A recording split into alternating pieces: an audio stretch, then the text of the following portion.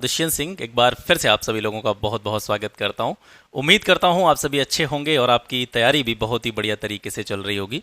Spectrum की modern history की series में आज हम इस किताब का सेकंड चैप्टर डिस्कस करेंगे। आज का टॉपिक है आधुनिक भारतीय इतिहास लेखन के प्रमुख उपागम। इससे पिछली क्लास में हमने आधुनिक भारतीय इतिहास के स्रोतों के विषय में बात करी थी। अध्याय में आगे बढ़ने से पहले हमें ये जान लेना चाहिए कि आज इस अध्याय में हम पढ़ने क्या वाले हैं, किन चीज़ों के ऊपर बात करने वाले हैं। देखिए, आज हम इतिहास लेखन की जो अलग अलग अप्रोचेज़ हैं, उपागम हैं, उनके बारे में बात करेंगे।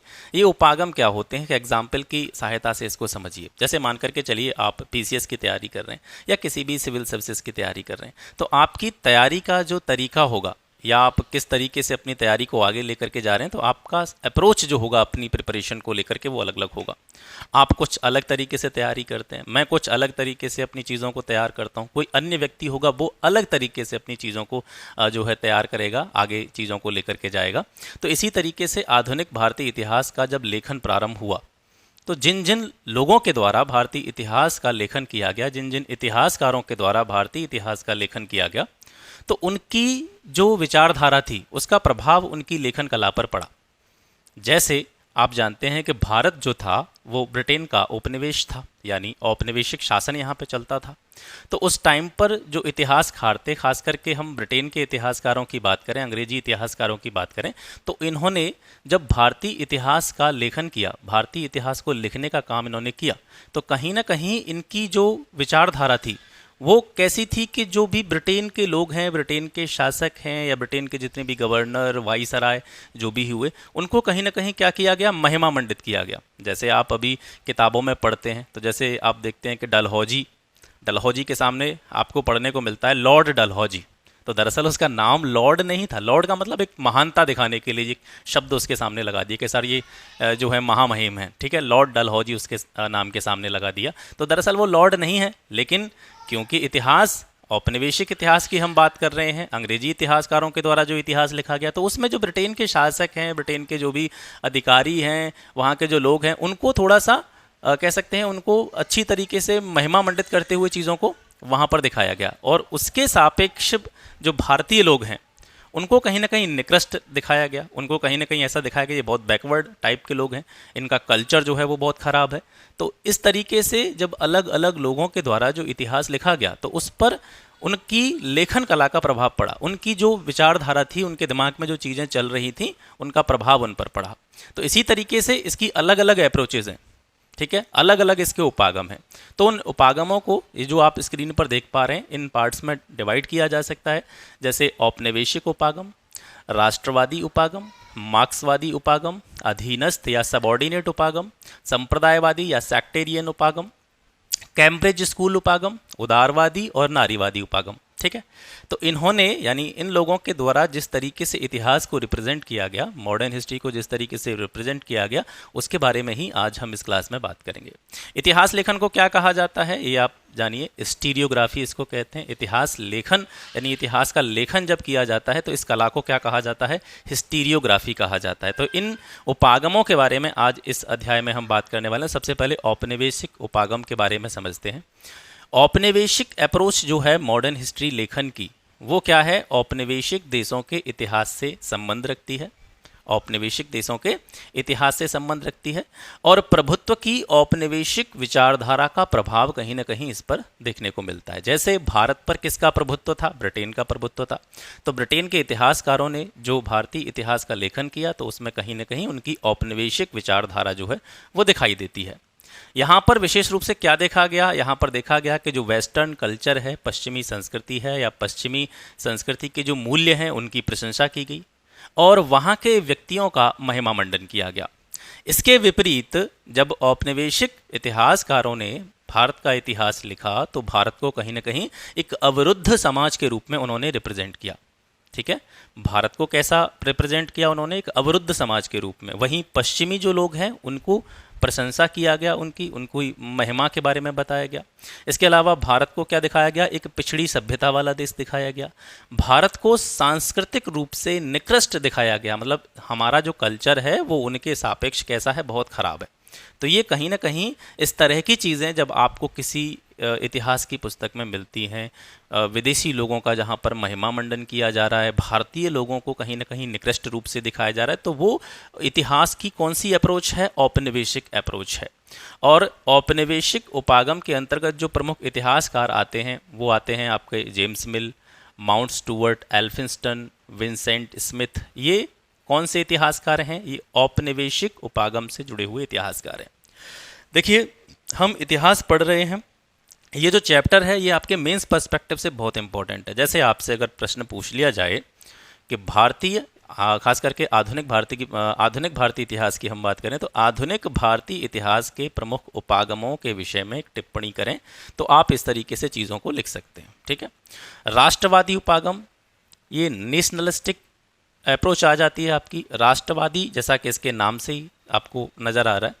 एक तरफ जब औपनिवेशिक उपागम के तहत इतिहास लिखा गया, तो उस औपनिवेशिक उपागम से सामना करने के लिए और उसको प्रत्युत्तर देने के रूप में इस राष्ट्रवादी उपागम की विचारधारा का जन्म होता है।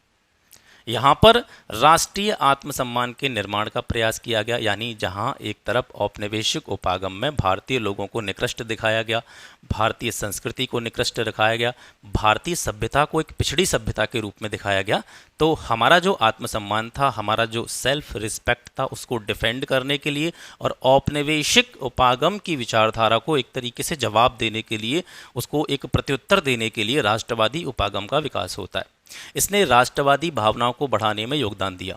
यानी राष्ट्रवादी उपागम के अंतर्गत जैसे जो लेखक आते हैं जिन्होंने अलग अलग पुस्तकों का लेखन किया, जैसे दादा भाई नौरोजी, आपके महादेव गोविंद रानाडे, जीवी Joshi, RC. Dutta, K.T.. Tailang, Gopal Krishna Gokhale, DE. वाचा, इन्होंने भारत की जो संस्कृति थी या भारत के लोग जिस कल्चर को अडॉप्ट कर रहे हैं, जिस कल्चर को अपना रहे हैं, जिस कल्चर में अपना जीवन जी रहे हैं, भारतीय लोगों की विचारधारा क्या है, भारतीय लोग अपने देश के बारे में क्या सोचते हैं, हमारे देश के लोगों की वास्तविक स्थिति क्या है, और जो तत्कालीन स्थिति थी भारतीय लोगों की, यानी जो खराब स्थिति चल रही थी, उसके पीछे के कारण क्या हैं, यानी भारतीय लोगों की स्थिति खराब क्यों हुई? औपनिवेशी शासन के कारण।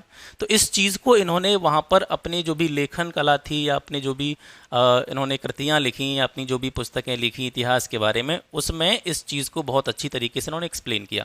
तो कहीं ना कहीं जो राष्ट्रवादी उपागम है ये एक प्रत्युत्तर है किसके लिए? औपनिवेशी उपागम के लिए। यहाँ पर एक चीज़ आती है कि राष्ट्रवादी उपागम में मुख्य रूप से कौन कौन सी चीज़ों का वर्णन किया गया है। तो मुख्य रूप से जो राष्ट्रवादी उपागम था ये प्राचीन और मध्यकालीन युग का वर्णन करता है। आधुनिक काल में ये जो प्रकाश में आया, आधुनिक काल में जो इसका अस्तित्व आता है वो 1947 के बाद में आता है। ठीक है जब भारतीय लोग जो है वो आज़ाद हो जाते हैं, भारतीयों को स्वतंत्रता मिल जाती है 1947 में 15 अगस्त को। उसके बाद से जो लेखन कला का विकास हुआ भारत में, उसमें विशेष रूप से आधुनिक भारतीय इतिहास को देखा गया राष्ट्रवादी उपागम के अंतर्गत। जब इसका विकास प्रारंभिक तौर पर हुआ था तो उस टाइम पर इसमें प्राचीन और मध्यकालीन युग का ही वर्णन किया गया, यानी कि प्राचीन काल में भारत कितना महान था उस तरीके से चीज़ों को दिखाया गया। मिडाइवल हिस्ट्री में, मध्यकालीन युग में भारत की स्थितियां किस तरीके से हुआ करती थी, भारत कितना धन धान्य से जो समृद्ध देश था, उसके बारे में जो है राष्ट्रवादी उपागम के बारे में बताया गया। मॉडर्न हिस्ट्री में इसका अस्तित्व आता है 1947 के बाद। सामाजिक सुधार आंदोलनों को यहाँ पर उचित स्थान दिया गया। मतलब हमारे यहाँ जो भी जैसे मध्यकाल में पुनर्जागरण हुआ, ठीक है, अलग अलग महान संतों के बारे में आपको पढ़ने को मिलता है, अलग महानतम फिलोसफर्स के बारे में आपको पढ़ने को मिलता है, समाज सुधारकों के बारे में आपको पढ़ने को मिलता है। तो उन आंदोलनों को राष्ट्रवादी उपागम के अंतर्गत विशेष ध्यान दिया गया। लेकिन यहाँ पर इसकी एक कमी भी थी कि कुछ जो निम्न जनजातियाँ हुआ करती थी, उन्होंने भी अपनी मुक्ति के लिए कुछ आंदोलन करे, उन्होंने भी संघर्ष किया। तो कहीं ना कहीं राष्ट्रवादी उपागम में यह देखने को मिलता है कि राष्ट्रवादी इतिहासकारों ने निम्न जनजातियों के जो मुक्ति आंदोलन थे उनकी कहीं ना कहीं उपेक्षा की, उनको अपने इतिहास में प्रमुख स्थान नहीं दिया। तो ये आपका राष्ट्रवादी उपागम हो गया सॉरी। इसके बाद में आते हैं हम मार्क्सवादी उपागम के बारे में, मार्क्सिस्ट अप्रोच जो है इतिहास लेखन की। तो भारत में इतिहास लेखन की कला को मार्क्सिस्ट अप्रोच ने बहुत ज़्यादा प्रभावित किया था। और औपनिवेशिक और राष्ट्रवादी उपागम की जो मूलभूत कमजोरियां थीं, देखिए कमजोरियां दोनों में थीं। औपनिवेशिक उपागम जो था वो तो क्लियरली भारतीय लोगों को बिल्कुल भी वहाँ पर स्थान नहीं दे रहा था। भारतीय लोगों की जो एक्चुअल सिचुएशन है उसके बारे में बिल्कुल लिख ही नहीं रहा था। वो तो सिर्फ ब्रिटेन के लोगों को महिमा मंडित करने पर ध्यान दे रहा था। राष्ट्रवादी उपागम हालांकि इसने राष्ट्रीयता की भावनाओं को थोड़ा सा जन्म दिया, ठीक है, लेकिन इसमें भी कुछ कमियां थी। इसने जो निम्न जाति के जो भी मुक्ति आंदोलन थे उनको कहीं ना कहीं उचित स्थान नहीं दिया। तो जो मार्क्सवादी अप्रोच आई थी उसने क्या किया कि औपनिवेशिक और राष्ट्रवादी उपागम की जो कमजोरियां थी उनको इसने सामने रखा, उनको इसने बाहर निकाल करके रखा।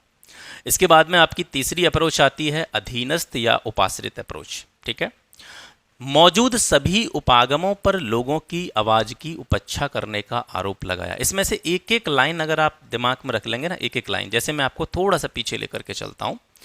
जैसे हमने औपनिवेशिक उपागम के बारे में पढ़ा तो हमको यहाँ पर क्या याद रखना है, आपको बहुत ज़्यादा गहराई में नहीं जाना। मैं क्या बता रहा हूँ, इतिहास देखिए, इतिहास तथ्यों के आधार पर इतिहास को मत समझिए, डेट्स के आधार पर इतिहास को मत समझिए, इतिहास को एक कहानी के तौर पर समझिए, ठीक है। अभी हम शुरुआती इस दौर में ही हैं, तो जैसे जैसे आगे बढ़ेंगे तो आप डेट्स पर फोकस मत कीजिएगा। डेट्स पर फोकस करने का मेरा तात्पर्य ये नहीं कि आपको डेट्स याद नहीं करनी है, लेकिन फिलहाल आपको डेट्स को या तथ्यों को या नामों को याद करने पर फोकस नहीं करना है। अगर आप तथ्यों को, डेट्स को और नामों को याद करने पर यहाँ पर ज़्यादा लोड ले गए ना तो कहीं इतिहास में से आपकी जो रुचि है वो समाप्त हो जाएगी, आप इतिहास को समझ नहीं पाएंगे। इतिहास को एक तरह से देखना है आपको परिवर्तनों की एक श्रृंखला के रूप में। इतिहास क्या है, एक तरीके से सीरीज है, चेंजेस की series. History is a series of changes.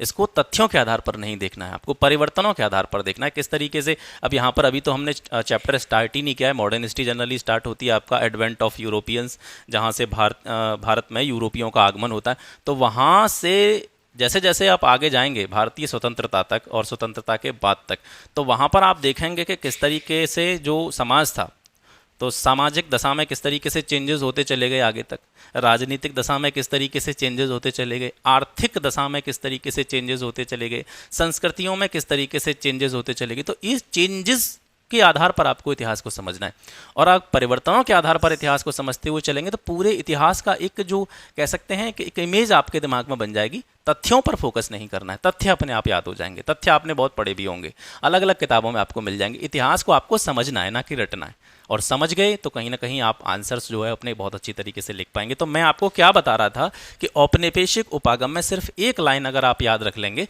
तो आपको समझ में आ जाएगा कि इतिहास लेखन की, मॉडर्न हिस्ट्री लेखन की जो कॉलोनियल अप्रोच है वो क्या है।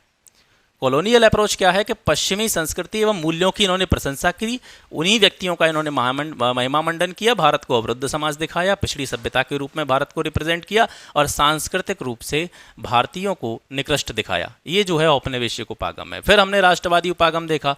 तो राष्ट्रवादी उपागम क्यों आया? क्योंकि औपनिवेशिक शासन ने इस तरीके से भारतीय लोगों को यहाँ पर रिप्रेजेंट किया, तो उसको प्रत्युत्तर देने के लिए, उस उपागम से सामना करने के लिए राष्ट्रवादी उपागम आया, ठीक है। इसके बाद में मार्क्सवादी उपागम।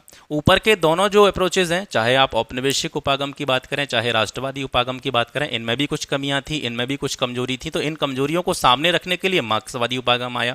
इसके बाद में आता है आपका अधीनस्थ उपागम या उपाश्रित उपागम। इसने क्या किया कि अब तक जितने भी उस टाइम पर जितने भी अलग अलग अप्रोचेज थी, जितने भी अलग अलग उपागम थे, उन सभी उपागमों पर लोगों की आवाज़ की उपेक्षा करने का आरोप लगाया अधीनस्थ उपागम ने। इसकी शुरुआत हुई 1980 के दशक में। मतलब जितने भी उपागमों के अंतर्गत इतिहास लिखा गया, उन सभी उपागमों पर अधीनस्थ उपागम ने यह कहते हुए या अपनी जो भी लेखन कला थी उसके आधार पर यह दिखाने का प्रयास किया कि मौजूदा सभी उपागमों ने लोगों की जो वास्तविक आवाज़ थी उसको कहीं ना कहीं इतिहास लेखन में कहीं पर भी रिप्रेजेंट नहीं किया। लोगों की आवाज़ की उपेक्षा करने का आरोप अधीनस्थ या उपाश्रित उपागम के द्वारा लगाया गया। ये क्या था? इसके अनुसार भारतीय समाज में मूलभूत विरोध और संघर्ष क्या था कि एक तरफ कुलीन और दूसरी तरफ उपाश्रितों के बीच में था। अधीनस्थ उपागम क्या बता रहा है कि भारतीय समाज में जो विरोध की चीज़ें चल रही थी या संघर्ष जो भी चल रहा था, तो वो किन के बीच में था? एक तरफ तो कुलीन लोग थे, और कुलीन लोगों में भारतीय लोग भी थे, विदेशी लोग भी थे, यानी भारतीय कुलीन लोग भी और विदेशी कुलीन लोग भी, ठीक है, उच्च वर्ग के लोग। तो एक तरफ कुलीन वर्ग था और दूसरी तरफ उपाश्रित, मतलब जो समाज का निचला तबका था। इन दोनों के बीच में ही संघर्ष था। अधीनस्थ उपागम इसके साथ साथ ये कह रहा है कि जो भारतीय समाज में विरोध और संघर्ष चल रहा है वो उपनिवेशवाद यानी कोलोनियलिज्म जो है और भारतीय लोग हैं उनके बीच में नहीं था। यानी उपनिवेशवाद और भारतीय लोगों के बीच में जो संघर्ष जनरली हमको देखने को मिलता है वो संघर्ष दरअसल उपनिवेशवाद और भारतीय लोगों के बीच में नहीं था, बल्कि यह संघर्ष भारतीय समाज में जो कुलीन वर्ग था और दूसरी तरफ जो निम्न वर्ग था उन दोनों के बीच में ये संघर्ष था। ये क्या बता रहा है? ये अधीनस्थ उपागम के द्वारा चीजें बताई जा रही हैं। इसके अनुसार भारतीय लोग कभी भी एक साझा साम्राज्यवादी विरोधी संघर्ष में एकजुट हुए ही नहीं थे। मतलब अधीनस्थ उपागम क्या कह रहा है कि जो साम्राज्यवाद चल रहा था, ब्रिटेन का जो साम्राज्य था भारत में, उसके विरोध में भारतीय लोग कभी एक मंच के नीचे एकजुट होकर के उन्होंने साम्राज्यवाद के विरुद्ध संघर्ष किया ही नहीं था। ये स्पष्ट रूप से यह बता रहा है कि भारतीय समाज में जो संघर्ष था वो कुलीन और उपाश्रितों के बीच में था। लेकिन ये जो अधीनस्थ उपागम था इसने ये जो सारी चीज़ें बताने का प्रयास किया, यह अपने कार्य में सफल नहीं हुआ, मतलब इसको बहुत ज़्यादा ख्याति नहीं मिली। इसके बाद में आता है आपका संप्रदायवादी उपागम। संप्रदाय आप इसको नाम से ही समझ पा रहे हो, यहाँ संप्रदाय की बात हो रही है। तो इसके अनुसार क्या है कि भारत का जो मध्यकालीन इतिहास है, मिडाइवल हिस्ट्री है इंडिया की, वो हिंदू मुस्लिम मतभेद और संघर्ष की लंबी कहानी थी। मतलब मध्यकालीन भारत में जनरली इसने क्या बताया है कि हिंदू और मुस्लिम का मतभेद था और हिंदू मुस्लिम का क्या था? संघर्ष था। हिंदू और मुस्लिम स्थायी रूप से शत्रुता शिविरों में विभाजित थे। मतलब इतनी कटुता थी दोनों संप्रदायों के बीच में कि एक तरह से इनको एक दूसरे का क्या कहा जा सकता है? शत्रु कहा जा सकता है। मध्यकालीन भारत में मुस्लिमों ने शासक वर्ग का निर्माण किया और हिंदुओं पर शासन किया। ठीक है, जैसे मध्यकाल में आपको जनरली यही देखते हैं, मुगल वगैरह और मुस्लिम शासकों का ही ज़्यादा आपको देखने को मिलता है, पढ़ने को मिलता है। तो संप्रदाय उपागम जो है वो यही कह रहा है कि भारत में शासक वर्ग का अगर निर्माण किसी ने किया तो वो किसने किया? मुस्लिमों ने किया, और मुस्लिमों ने हिंदुओं पर शासन किया। ठीक है, और पूरा का पूरा जो इतिहास है, मिडाइवल हिस्ट्री है, वो क्या है कि वो हिंदू मुस्लिम मतभेद और उनके संघर्ष की एक लंबी कहानी है। हिंदू और मुस्लिम एक दूसरे के शत्रु के रूप में इन्होंने बताने का प्रयास किया संप्रदायवादी उपागम ने। इसके बाद में आता है कैम्ब्रिज स्कूल उपागम। ठीक है, इसके अनुसार क्या है कि भारतीय राष्ट्रवाद जो है भारतीय लोगों का औपनिवेशिक शासन के विरुद्ध संघर्ष का उत्पाद नहीं था। मतलब समझिए कि भारतीय राष्ट्रवाद का जब उदय होता है, भारतीय राष्ट्रवाद जब धीरे धीरे जन्म लेना प्रारंभ करता है, तो वो किसके आधार पर भारतीय राष्ट्रवाद ने जन्म लिया? तो ये कह रहा है कि ब्रिटेन के जो भी शासक थे, यहाँ पर ब्रिटेन का जो शासन चल रहा था, उन्होंने क्या किया? भारतीय लोगों को बहुत सारे बेनिफिट्स दिए, बहुत सारे लाभ दिए। ठीक है, तो उन लाभों को प्राप्त करने के लिए भारतीय लोग आपस में भैया लड़ने का उन्होंने स्टार्ट कर दिया। भारतीय लोग क्या करते हैं कि भाई ब्रिटेन के लोग हमको बेनिफिट दे रहे हैं, लाभ दे रहे हैं, तो उन लाभों को प्राप्त करने के लिए ये आपस में भिड़ते रहे, आपस में संघर्ष करते रहे। ये कह रहा है कैम्ब्रिज स्कूल उपागम। तो आप ये समझ सकते हैं कि भारतीय इतिहास को किस तरीके से तोड़ मरोड़ करके पेश किया गया है। मतलब कैम्ब्रिज स्कूल उपागम क्या कह रहा है कि ब्रिटेन के लोगों ने भारतीय लोगों को बहुत सारे बेनिफिट दिए, बहुत सारे लाभ दिए, और उन लाभों को प्राप्त करने के लिए भारतीय लोग आपस में जो है संघर्ष करते रहे कि भाई ये लाभ हम लेंगे, ये लाभ हम लेंगे। समुदायों के बीच में, संप्रदायों के बीच में, लोगों के बीच में, सोसाइटी के बीच में जो संघर्ष चल रहे थे वो ब्रिटेन शासकों द्वारा दिए जाने वाले लाभों को प्राप्त करने के लिए थे। ये ऐसा कैम्ब्रिज स्कूल उपागम कहता है। इसके साथ साथ कैम्ब्रिज स्कूल उपागम इस बात का खंडन करता है कि भारतीय लोगों में जो राष्ट्रवाद का उदय हुआ था वो औपनिवेशिक शासन के विरुद्ध संघर्ष के कारण नहीं हुआ था। और जनरली यही है कि भारत में जो राष्ट्रवाद का उदय होता है जनरली वो किसको होता है? ब्रिटेन के जो लोग थे, औपनिवेशिक शासन में भारतीय लोगों पर जिस तरीके से अत्याचार किया गया, जिस तरीके से भारतीय लोगों की उपेक्षा की गई, ठीक है, जिस तरीके से भारतीय लोगों को जो है दबाया गया, उनकी कल्चर, जो उनकी संस्कृति है, उनका जो कल्चर है उसको नष्ट करने का प्रयास किया गया, इसके उत्पाद के रूप में, इसके एक रिजल्ट के रूप में जो है धीरे धीरे राष्ट्रवाद का उदय होता है। वास्तविकता तो यही है। लेकिन कैम्ब्रिज स्कूल उपागम निर्धार के साहब औपनिवेशिक शासन के विरुद्ध जो संघर्ष चल रहा था उसके कारण भारतीय राष्ट्रवाद का उदय नहीं हुआ। भारतीय राष्ट्रवाद का जो उदय था वो ब्रिटेन के लोगों के द्वारा जो लाभ दिए गए थे, उन लाभों को प्राप्त करने के लिए जो भारतीय लोगों के बीच में संघर्ष चला था उसके कारण राष्ट्रवाद आया। तो ये कहीं ना कहीं थोड़ी सी गलत चीज़ है। ये कैम्ब्रिज स्कूल उपागम है। इसके बाद में आता है उदारवादी और नव उदारवादी व्याख्या। ये 1980 के दशक से स्टार्ट होती है। इसके अनुसार भारत में ब्रिटिश शासन उतना दमनात्मक या शोषणकारी नहीं था जितना इसे प्रचारित किया गया। देखिए ये कहीं ना कहीं इसका झुकाव कहाँ पे है? इसका झुकाव ब्रिटेन के शासकों के प्रति है। ठीक है, ये कह रहा है कि ब्रिटेन का जो शासन है, हालांकि ये आप सभी लोग जानते हैं, हम भी जानते हैं कि ब्रिटेन के लोगों ने भारतीय लोगों का किस तरीके से दमन किया, किस तरीके से उनका शोषण किया गया। लेकिन फिर भी ये कह रहा है कि शोषण तो हुआ सर, लेकिन उतना दमनात्मक या शोषणकारी उनकी अप्रोच नहीं थी जितना इसको प्रचारित किया गया, जितना देखने को मिलता है। उपनिवेशों का आर्थिक शोषण पूरी तरीके से ब्रिटिश लोगों के लिए फायदेमंद नहीं था। इसके साथ साथ उदारवादी और नव उदारवादी व्याख्या ये भी कहती है कि भाई उपनिवेशिक शासन था भारत में, ब्रिटेन के लोगों का शासन था। भारतीय आर्थिक संपदा को, भारतीय लोगों को, भारतीय रिसोर्सेज को, संसाधनों को जिस तरीके से ब्रिटेन के लोगों ने लूटने का काम किया, जिस तरीके से शोषण का काम किया, तो ये तो आप जानते ही हैं कि इससे फ़ायदा किसको हुआ। वहाँ से भारत से न जाने कितना धन संपदा, कितनी बहुमूल्य चीज़ें जो है अंग्रेज़ यहाँ से अपने देश में ले गए। लेकिन उदारवादी व्याख्या क्या कह रही है कि उपनिवेशों का जो आर्थिक शोषण किया गया, जैसे भारत क्या था, एक उपनिवेश था। किसका उपनिवेश था? ब्रिटेन का उपनिवेश था। तो ब्रिटेन ने भारतीय उपनिवेश का जो आर्थिक रूप से शोषण किया, तो यह पूरी तरीके से ब्रिटेन के लोगों के लिए बेनिफिशियल नहीं रहा। ठीक है, जो कितनी मतलब कह सकते हैं और चीज़ें यहाँ से निकल करके आ रही हैं। और इस उदारवादी और नव उदारवादी व्याख्या की अगर जैसे बात करें कि इसमें कौन कौन से इतिहासकार आते हैं, तो ये जो है पैट्रिक ओब्राइन, कैन, हॉपकिंस, हटनबैक, ये जो हैं उदारवादी और नव उदारवादी इतिहासकारों के अंतर्गत देखे जाते हैं। ठीक है, तो उपनिवेशों का आर्थिक शोषण पूरी तरीके से ब्रिटेन के लोगों के लिए फ़ायदेमंद नहीं था। ये ऐसा क्यों कहा गया? जैसे मानकर चलिए अंग्रेज़ों ने भारत में रेलवे लाइन का निर्माण किया, डाक व्यवस्था या तार व्यवस्था। ठीक है, तो ये कह रहा था भाई रेलवे लाइन का निर्माण किया जा रहा है तो उसमें पैसा खर्च हो रहा है। तो ये एक तरीके से ये दिखाने की कोशिश कर रहे हैं कि जो ब्रिटेन ने मान के चलिए कि भारत में रेलवे लाइन का विकास किया, तो उसमें जो पैसा खर्च कर रहे हैं तो मान के चलिए अपनी जेब से खर्च कर रहे हैं, जबकि ऐसा नहीं था। वो यहाँ से लूट रहे थे और यहीं पर उसको लगा रहे थे। और इन चीज़ों का विकास भी उन्होंने अगर किया, मान करके चलिए कि रेलवे का विकास अगर अंग्रेज़ों ने किया भारत में, तो उसका उद्देश्य ये नहीं था कि यहाँ से साहब भारतीय लोगों के लिए आवागमन की एक अच्छी व्यवस्था हो जाएगी। नहीं, ऐसा मतलब नहीं था। इसका मतलब था वो कहीं ना कहीं अपने जो भी व्यापारिक उद्देश्य थे, ठीक है, अपने जो भी कह सकते हैं आर्थिक रूप से लाभ प्राप्त करने के जो उद्देश्य थे, उनकी प्रतिपूर्ति के इन्होंने भारत में यह जो चीज़ें हैं, ठीक है, इनका विकास किया।